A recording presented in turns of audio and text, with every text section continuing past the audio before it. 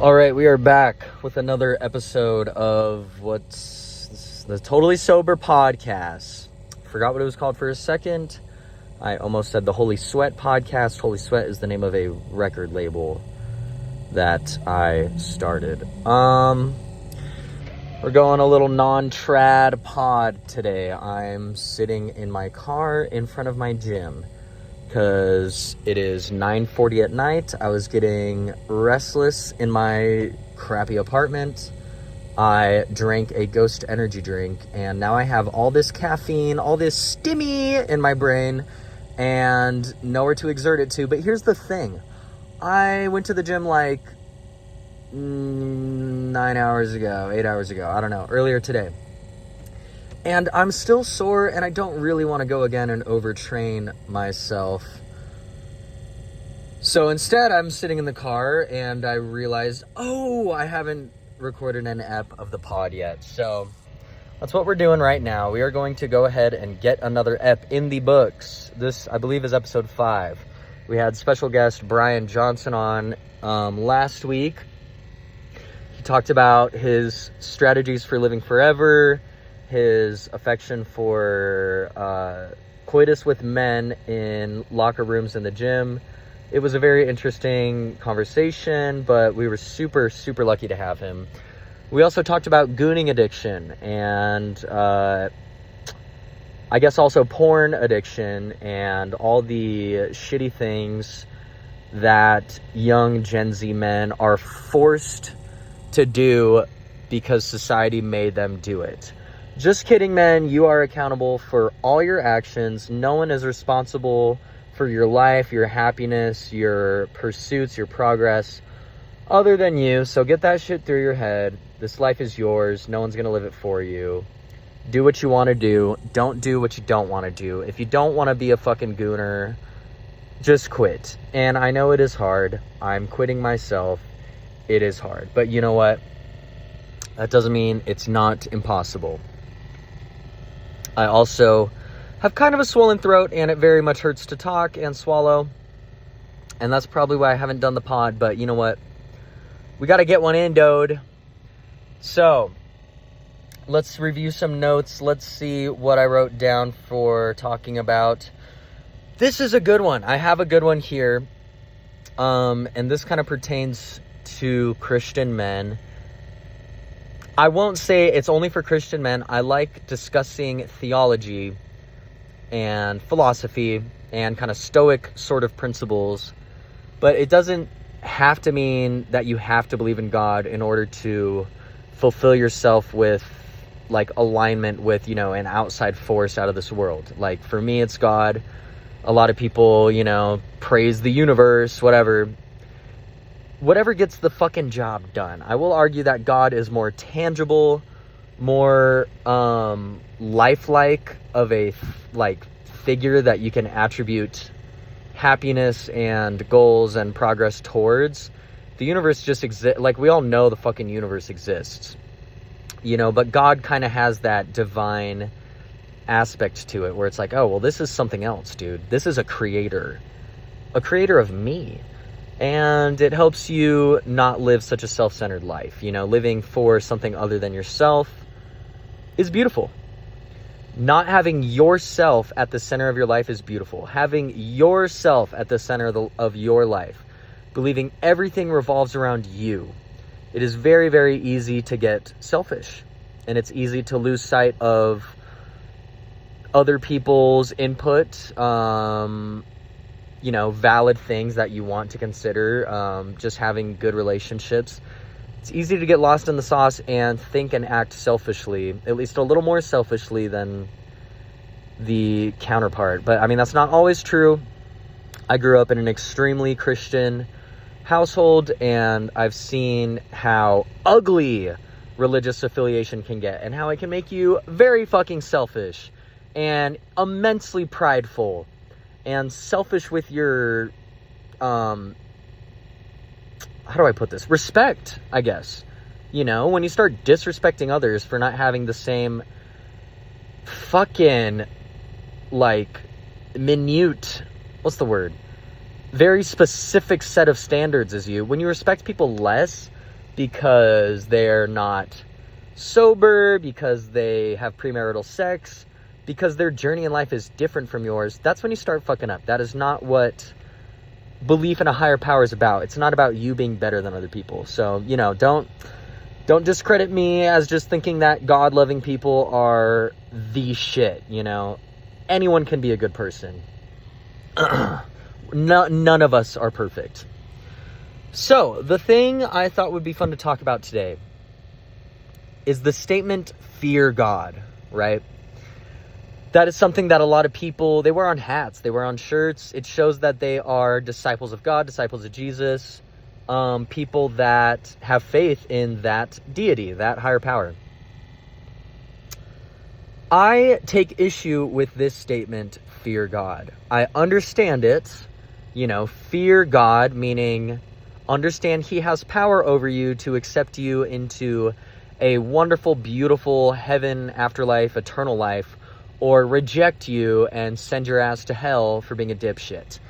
Like, you know, fear God in that sense, in the sense that he can reject you. I don't want to be motivated by fear in any sense of the word. There's a book I read, Outwitting the Devil. I forgot who wrote it. Let me look it up real quick. Napoleon Hill. And Napoleon Hill is a very, very accredited author. He wrote the book in 1938, and it wasn't published until 2011. So it's one of those like lost works to time, and it's not really a deliberate like outwit the devil, beat this, that. Like, it's kind of a metaphorical thing where the devil is really outwitting your, like, the devil stands for your lower self, your non-authentic loser fucking self, the version of you that doesn't get shit done, that doesn't progress towards goals. And I loved this book, dude. Such a great book. Great for young men. Great for people who are questionable of their purpose in life, you know, and questionable of how they should be motivated to move forward. The number one thing that I got out of this book was to have a definiteness of purpose. Like, it gives you 7 key principles to overcome, like, becoming a drifter, so to speak. And there's nothing wrong with van lifers. You know, this isn't a rag on people who don't work a fucking 9 to 5. I don't work a 9 to 5. Like, I'm arguably a bigger drifter than probably anyone listening to this right now. I live in my car half the time, and I live in my recording studio the other half the time. I don't have a kitchen. I don't have a shower. I cook meals in an air fryer, store food in a mini fridge, and shower at the gym. But I do have some structure to my life, and at least in alignment of trying to get in touch with my higher power, my higher self, as much as possible. And this book was something that very much helped me do that. Let me look up the 7 key principles of this book, because I low-key kind of forgot what they are. But the first one is have a definiteness of purpose. What is it that is your purpose in this life? What is your number one objective in this life? And that can mean, like, what career are you most passionate about, that you most want to have? Or, you know, changing the fucking world, becoming a marine biologist, cleaning the fucking ocean. What is that specific thing that you believe you need to do? For me, it's create music, share music. That's always been what's motivated me more than anything in this life. It's what fulfills me more than anything. It's the one thing I've worked absolutely hardest for in this life. You know, I neglected college assignments. I neglected everything so that I could just create music. And I've created a lot of music. And, you know, I love the journey I'm on. I'm still very broke. I've made basically no real money with it. And it's a work in progress of letting this objective really flow, like really working to get this purpose of mine to benefit me with stability, because I don't have the money. and I have to work at Amazon. But all right, so number 1 is definiteness of purpose. Have a crystal clear vision of exactly what you want to achieve in life and align all of your actions toward that singular goal. The second principle in the book is mastery over self. Discipline your thoughts and appetites so that you can dictate your habits rather than being controlled by outside impulses or desires, right?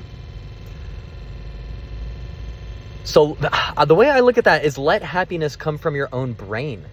Align your habits to be fruitful habits. Allow your habits to work for your brain. And that is how you master yourself, you know? And that is how you thrive in life, is mastering that brain of yours. So, number 3, learning from adversity. View failures, mistakes, and challenges as valuable lessons that carry the seed of an equivalent or greater benefit, right? So obviously, like, when we take L's, it fucking sucks. But the size of how much that sucks is equivalent to the size of the value you can pull from the suckage to learn a lesson and make better decisions in the future. If that makes any sense at all. Number 4, which is a huge one, controlling environmental influences. You are your friends. You are your coworkers. Where your time is has a direct impact on shaping you. You know, who you spend your time with, what you spend your time on, where you are, your environment, you will become a product of that.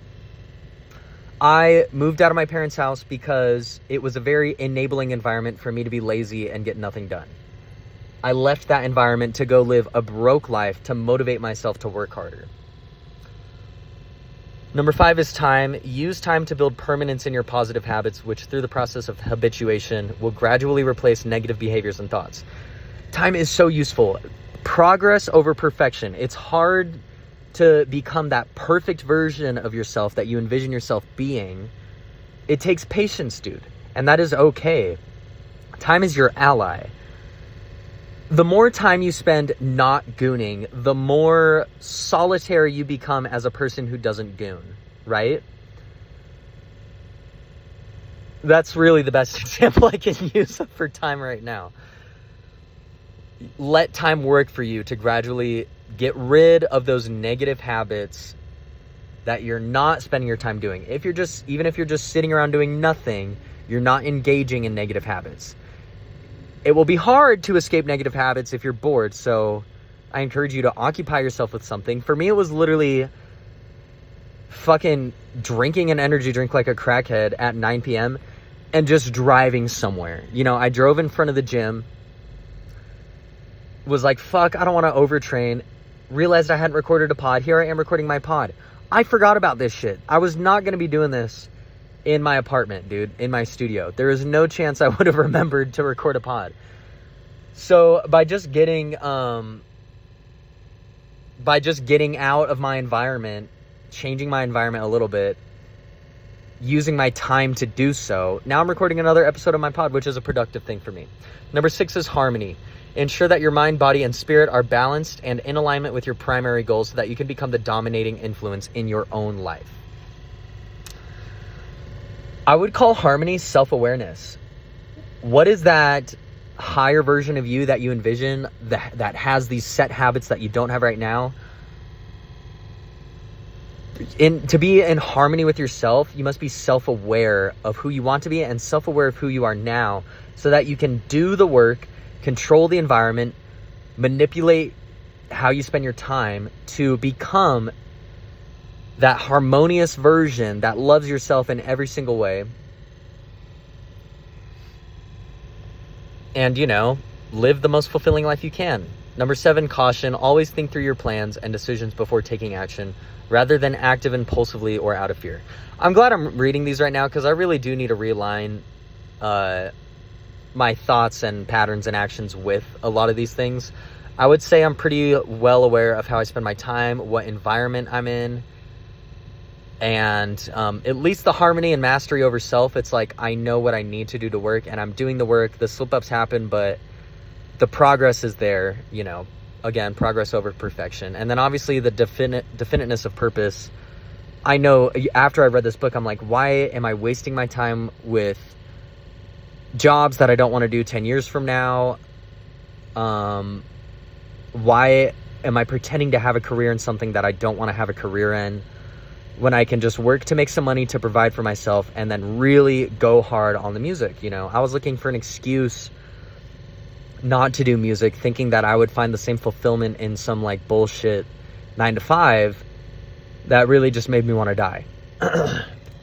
That's just me. If you want to have a 9 to 5, if your purpose is coding, engineering, of course, dude, attack that shit. Get that shit. You don't have to be a fucking artist. Like, I sound like a hippie just because I am an artist. Art is what I've allotted my time towards my whole life. So, like, of course, that's what my purpose is going to be. You can be an academic nut. Let that continue to drive you and realize that's your purpose. Like, dude, I encourage that. You do you, boo. But I'm glad I'm reading these because caution, think through your plans and decisions before taking action. I feel like I could think through shit a little bit better. Consider more things. Consider the things I say, yada, yada. And learning from adversity. I think I really could dwell on things from the past. Not dwell on them, but just understand the lessons that I learned there. Understand what lessons there are to be learned. And then, like, you know, implement them into my life. Because I've been ruminating, I don't know if that's a fucking word, but I've dwelling. I've been dwelling on the past, on past mistakes like crazy lately, thinking if only shit was different, if only I did different things, whatever. Unhealthy, dude, because you can't change the past. I need to accept the past for what it is, learn the lessons I'm going to learn from it, move on, and then destroy those negative memories of the past.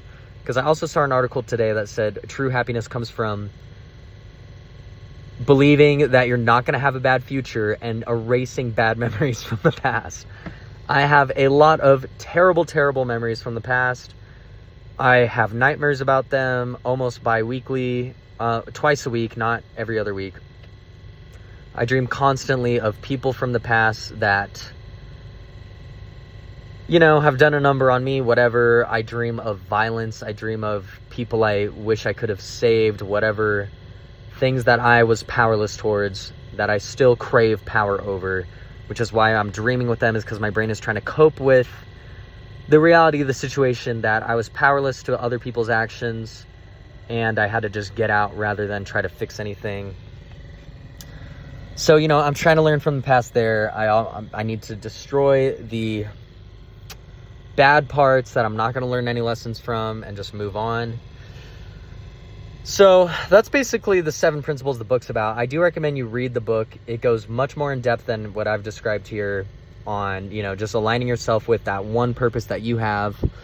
Napoleon Hill is an amazing author, and he's written tons of other books, like some of the most successful books in business, personal development, whatever. I forget what they're called, but this was my first read by him, and it was great.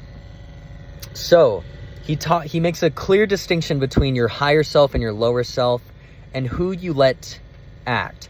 Your higher self is not motivated by fear. Your higher self does bold and noble things with good intention, without second guessing yourself with fear and things that could demotivate you, right? That's kind of the billionaire mindset. You have to just kind of have blind confidence sometimes and take risks and do crazy shit to really see the fruits of those risks.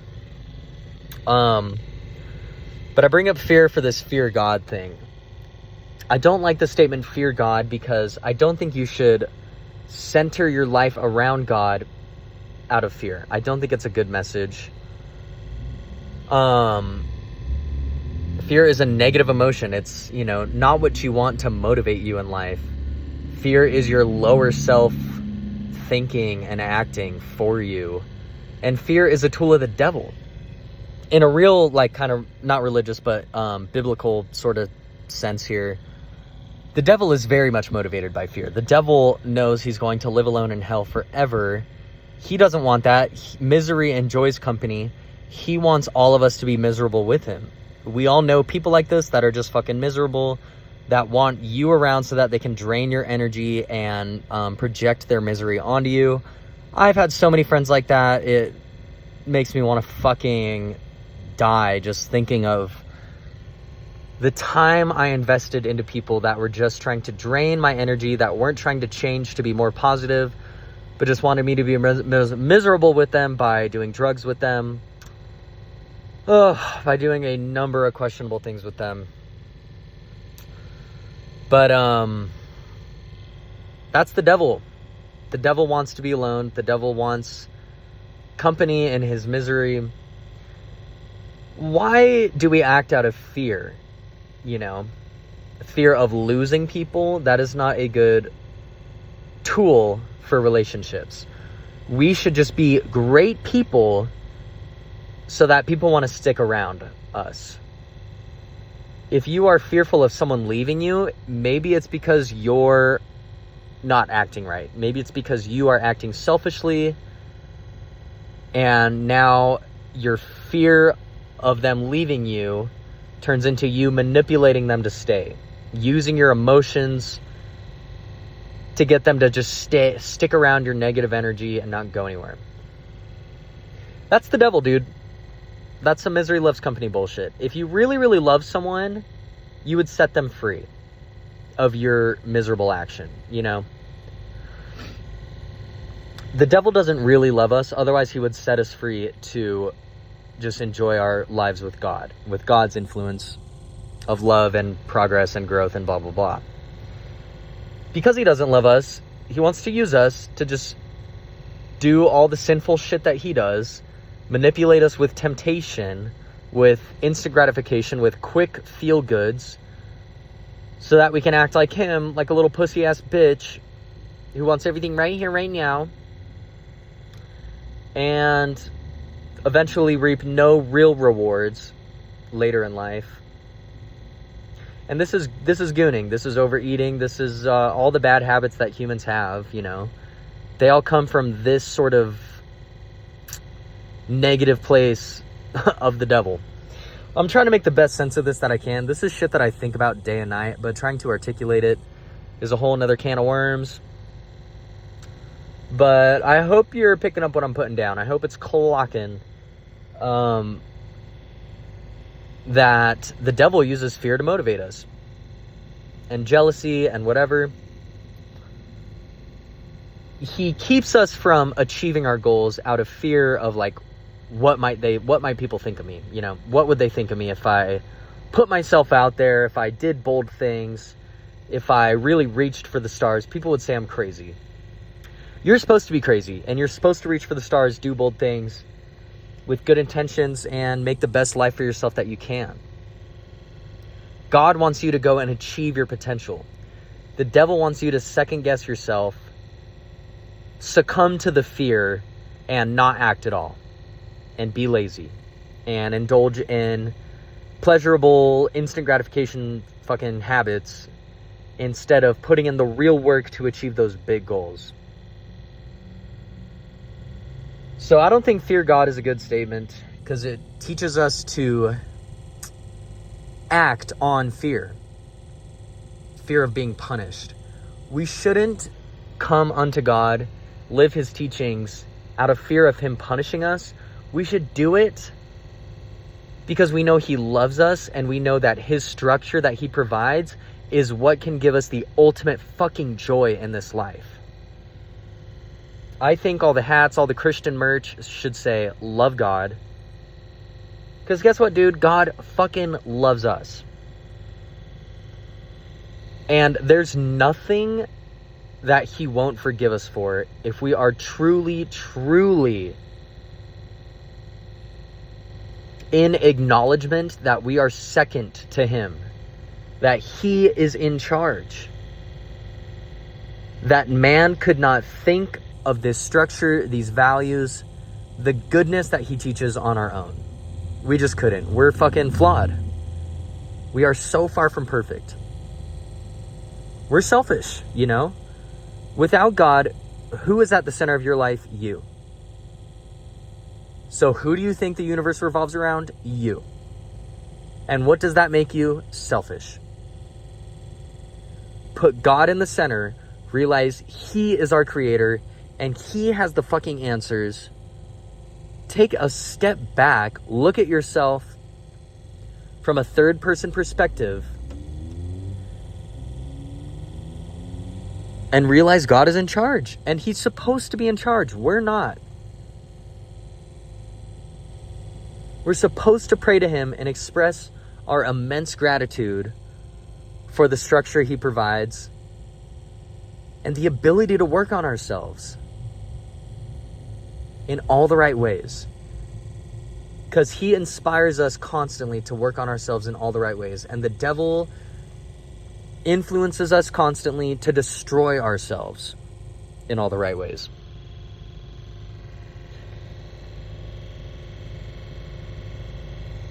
And Napoleon Hill's book, Outwitting the Devil, conceptualizes this in such a great way. And it was written almost 100 fucking years ago. And it couldn't be more relevant now than ever.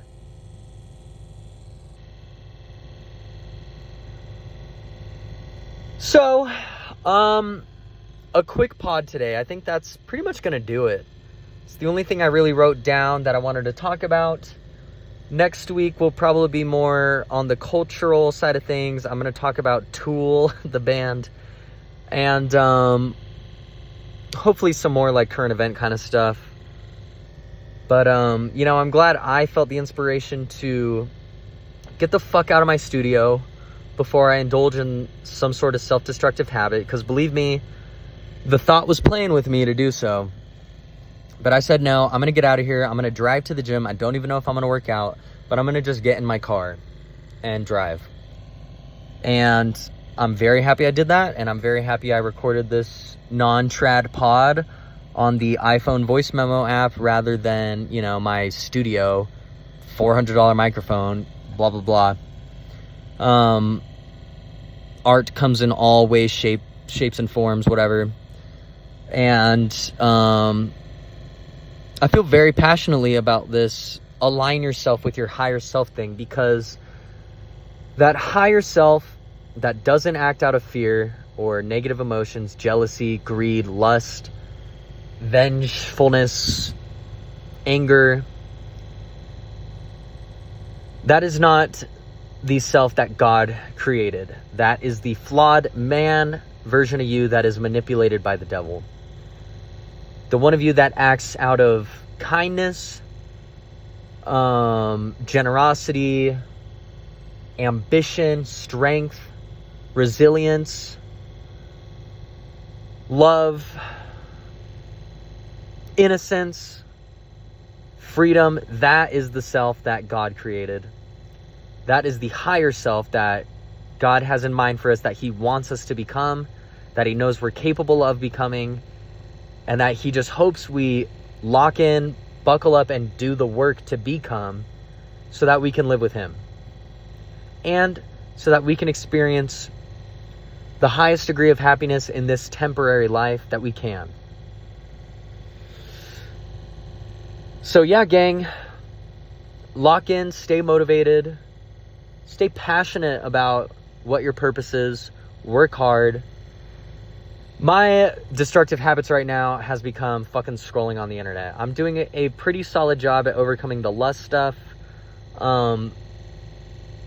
There's been moments where I've been weak, but it's not something that I haven't immediately hated myself for and gotten down on my hands and knees and begged God's forgiveness and strength in overcoming again in the future. I am a believer in progress over perfection. Make progress. Keep track of your progress in overcoming your bad habits. Do everything you can to get good habits in your life. Have structure. Plan your day. That's where I'm at right now. It's like I'm on my way to beat lust. Like I believe I'm almost there, where I'm just never going to fucking goon or look at inappropriate content ever again. I believe I will get there like this year, and it's been a decade-long journey to beat this shit. Knowing it's something I've always wanted to do, but failing to do it. I'm succeeding in doing it. I would say I'm like 85% of the way there. And for me, that is fucking huge. The amount of times I've relapsed and just said, fuck it all, and relapsed and relapsed and relapsed. truly believing that I would never overcome this addiction. For me to say I'm 85% of the way there is huge. I'm more capable of controlling my environment because I always believed that one day I would. And that day is coming upon me as I keep progressing in making changes in my life. So now it's like getting down to more little vices like fucking doom scrolling on Instagram. That shit is eating my day up. I get in front of my laptop, I open my digital audio workstation, I get to work on music. Biggity boom, I'm fucking looking at my phone, dude. Like, I have monkey brain, I have ADHD ass brain when it comes to doing the hard work for my definiteness of purpose to really achieve my goals. And it's cluttering my mind up, and it's, getting fucking annoying. So that's what I need to work on now, is structuring my days better, planning my days hour by hour, so that I'm constantly, looking forward for the next thing that I have planned, instead of just aimlessly kind of picking shit up as I want. I'll work on some music here, and I'll write a little here, blah, blah, blah. Structure will become my friend when I'm able to implement it in my life. I need to work on quitting the doom scrolling. I'm almost there with lust. I'm sober as a fucking nun now, which feels crazy. Absolutely crazy, because it was a little over 4 years ago that I quit nicotine for good, but said, you know what? I quit nicotine, but I'll probably still drink and smoke weed, do psychedelics and party drugs for life. And now I'm sober off of all of it, and I plan on staying that way for at least 4 years till I'm 30. I started day one of this podcast the day I got completely sober. Ideally, it'd be really cool to go my whole life. I'm not going to expect that out of myself right now, because I feel like it'll just doom me to give up at some point in the future. So my goal is to just make it till I'm 30. I can do it, I can stay locked in for that long. I've already done 4 years, no Nick. I'm 26. What's 4 more years? No everything else. None of this shit was ever as addictive as nicotine was. And it's been a full month and I'm off all of it. No substances other than caffeine and fucking testosterone. Not supplemental, just my raw fucking balding man self that has probably very high T levels, but whatever. Let's grind this shit out, guys. 2026 is the year of the lock in. So let's stay locked in. Progress over perfection. Give yourself love when you need it, Don't fucking kill yourself for relapsing. If you relapse, don't let it happen again. Just do it the one time. Don't fucking binge. Stay in control. It's hard, but just control your environment. Get out of the house. Go do something, and it'll become easier. That's it for this episode. It's a lot more, probably more enjoyable than my last episode, which was horrific. But whatever, guys. Be grateful. Express gratitude to God every day. That shit literally rewires your brain into being happier when you're just expressing gratitude. And there's no more powerful form of rampantly expressing gratitude than prayer, in my opinion. So, let God make all the difference in your life. Be loyal to Him. And trust the process. Thank you guys for listening so much. I had a very crazy day today, so I'm happy I get to wind down, have some positivity to cap my day off with this podcast. Again, I'm juiced on caffeine and definitely had the energy to do this, so we're doing it. Love you guys, and I will talk to you next week. Sorry that I was late this time, but have a terrific week, everybody, and I will see you next time on the Totally Sober podcast. My name is Drew Debenham. See you next time. Bye-bye.